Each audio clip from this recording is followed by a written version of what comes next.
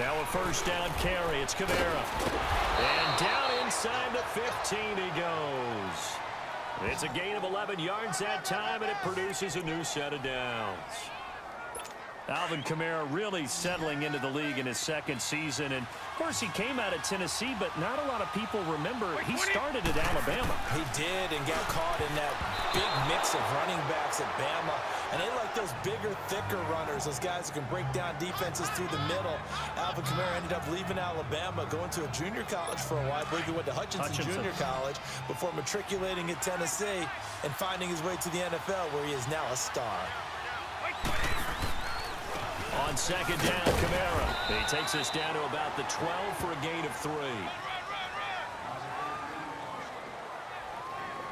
This has been an up-and-down, back-and-forth type of a game, hasn't it? Maybe this long drive, take a little bit of the wind out of their sails, kind of settle things down a little bit.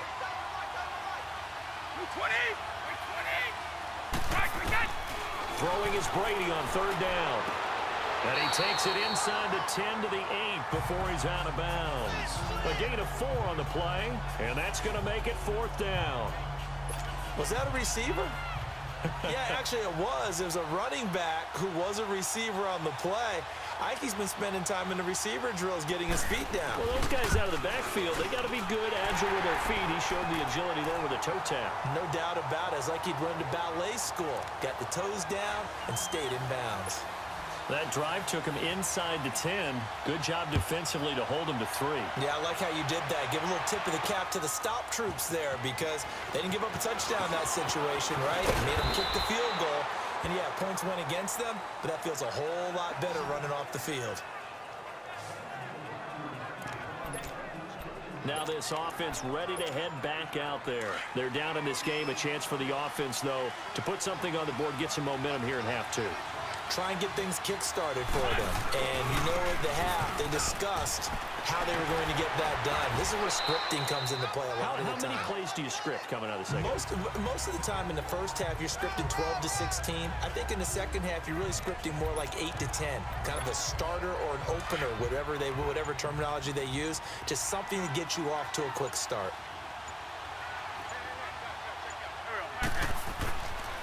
They'll run with a backup. This is Williams. And he'll take it ahead to the 28-yard line. It's a 4-yard pickup there, and it leaves him with 3rd and 5. Some of the most unselfish players on any football team, defensive tackles, because we ask them to just eat up blocks and allow other people to make tackles. But when he can make a play himself, as we just saw there, that's a big day. Across the 30 to the 31-yard line. Call it a gain of 3, and it'll bring up 4th down. When a good play is made on defense, oftentimes leverage is the key to everything. Defensive line not getting turned, all the other guys making sure they're in the right spot, and on that play, they were able to stop him short of a first down. And he will have a first down as they get him to the ground at the 37. A curious decision to go for it, but it pays off with a first down. Whatever the discussions were at halftime to try to slow down this offense, it has not worked to this point. Yeah, I have a vision right now of everything that was discussed at the half just being torn in shreds or being erased off of the Microsoft Surface tablets, because none of it is working. They are really locked in on offense. Good, strong run against the 3-4 set. And that 3-4, you've got to have your guys up front eat up a lot of blocks. The guy playing over the center, the nose, he usually has it. He's got a convoy, and he might be gone. And all the way in for the touchdown. Ricky Williams, 57 yards. And his guys are an extra point away from tying this thing up. So a big-time scamper there to cap a touchdown on the opening drive. Sets a tone, establishes not what you'd call a dominance, but a really good feeling for the team that just scored. Back now here on EA Sports, where the fourth quarter will begin with a kickoff following the score on the final play of the third quarter.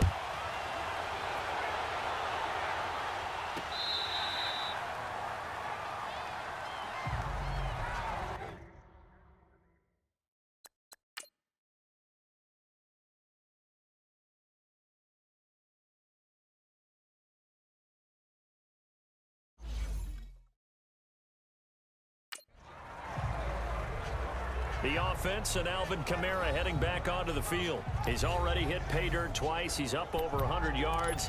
He is feeling good. He's just zipping along today. Everything coming together for him. It's that type of a day that you see a back just kind of have a grin on his face every time his number is called, because he doesn't feel like there are going to be any lost yardage plays.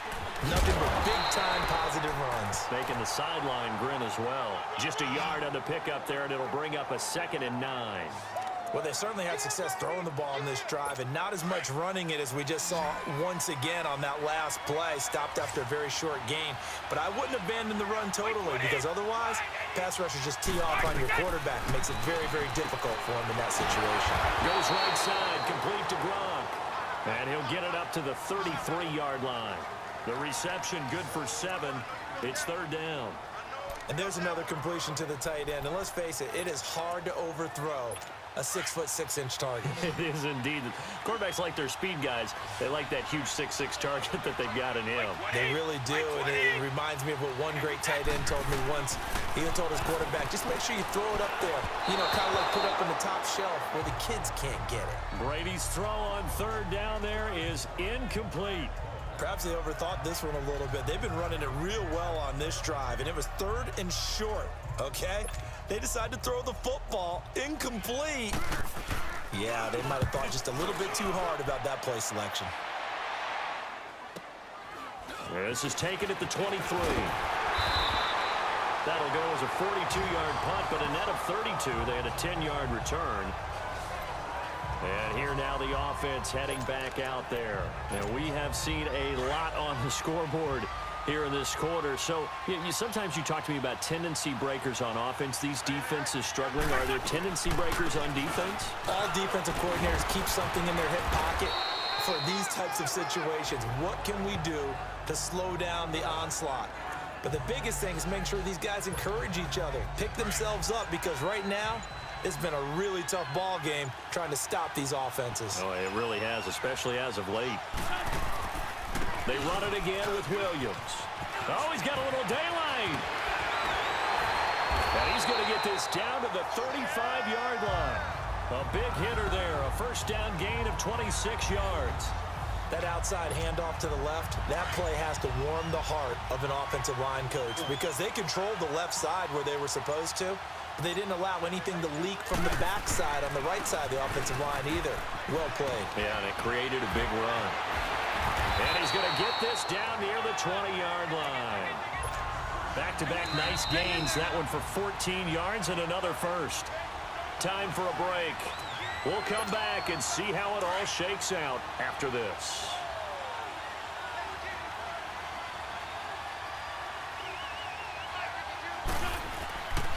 They'll hand it off now. Williams. And he'll at least get him inside the red zone here, down to about the 19. Demario Davis there on the stop. I like the call there, because that was one to take time off the clock and get them closer to getting out of here with a W. In the mind of the play caller, all you want to hear is tick, tick, tick. And play is stopped here. Timeout. It's the defense calling the timeout here, as they'll talk it over here before what will be an important 3rd down.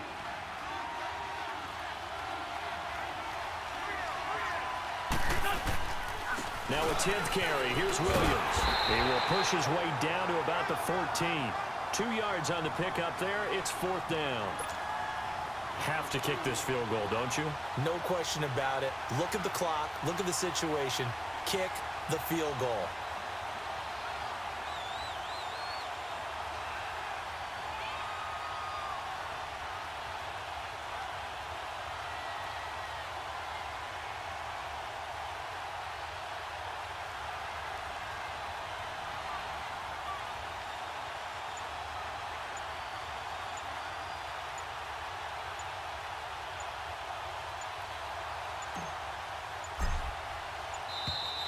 And they're not going to get the kick off in time.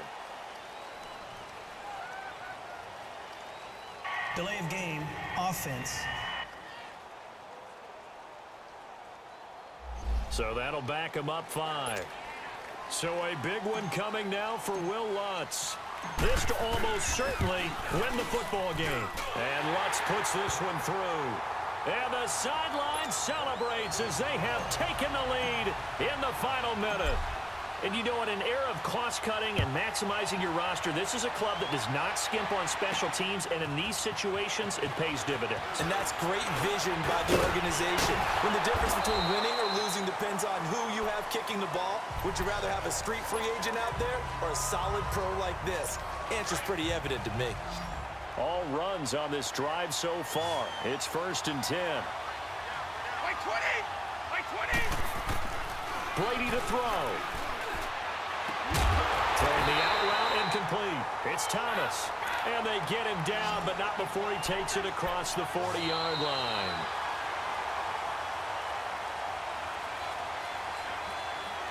And that does it for this one. Pat yourself on the back. You just complete.